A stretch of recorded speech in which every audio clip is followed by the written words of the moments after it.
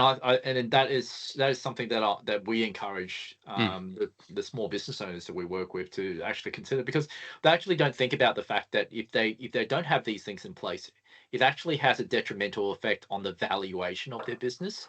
Oh yeah. And you would do this with the assessments that you do with the clients that you lend to. You want to make sure that they have these things in place, because the thing is that you want to make sure that there's business continuity. Like, if anything did happen to the founders, that the business is going to continue, right? Yeah. No, Yeah. that's right, Ivan.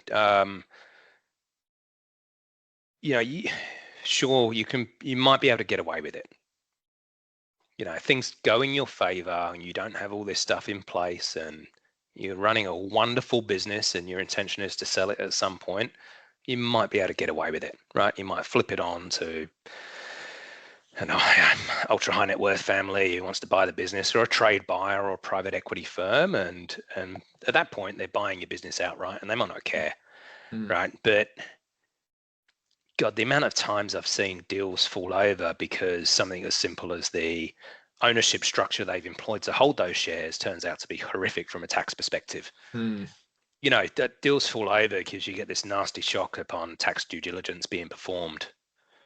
And you realize that the number that you thought you're going to get is about half of what you're actually going to get. And you really have to rethink things. And you just didn't realize, right? Because you didn't do the planning, you didn't make the investment up front. So the kind of the legal corporate structure and mechanism through which you actually hold your assets is critical to look at.